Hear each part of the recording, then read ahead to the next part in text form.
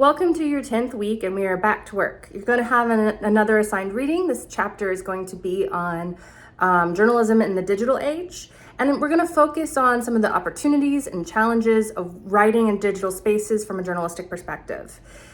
And it's going to be really important this week, and the focus of this week, questions of verification, of credibility, of how to understand what's real, what's trustworthy, and what's not, what's a deep fake, what is misinformation. Even if you don't want to be a journalist as a career, if you were a writer or creating any kind of content and putting it in digital spaces, these lessons are going to be really important. So you're going to have a lesson on how to evaluate sources for the credibility, and they're going to have a discussion board that is written again. It's not a video discussion board, but it will ask you to go find either a video or an image. Basically, it's asking you to find something out there in the digital space, the interwebs, that may have had a questionable credibility. People weren't sure if it was real or not. There's lots of examples you can find. So I'm asking you to go find one and then post a link to it in your discussion post and explain what sort of fact checking needed to happen or needs to happen in order for it to be trustworthy.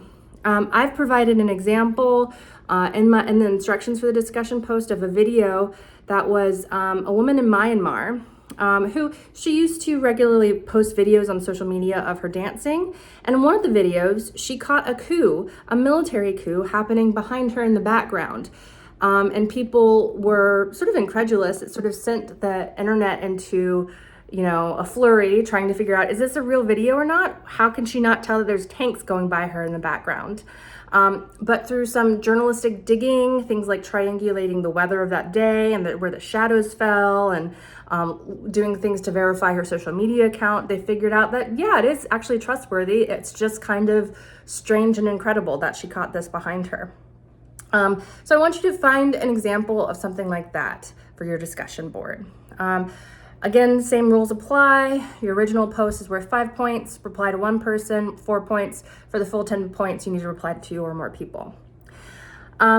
Also this week, you are going to get another lesson on WordPress.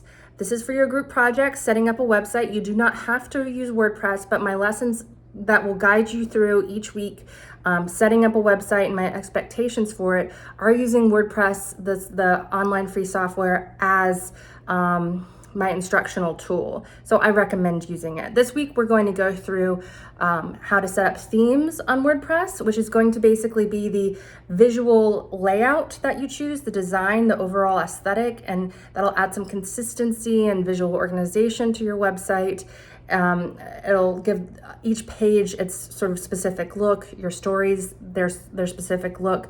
So it's an important, crucial step to do before you start writing and creating content on your website.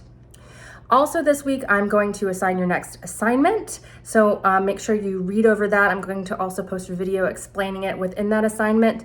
You're going to have a few weeks to complete that, but just make sure you read over it, understand it, get in touch with me if you have any questions whatsoever, any concerns whatsoever, and get to work.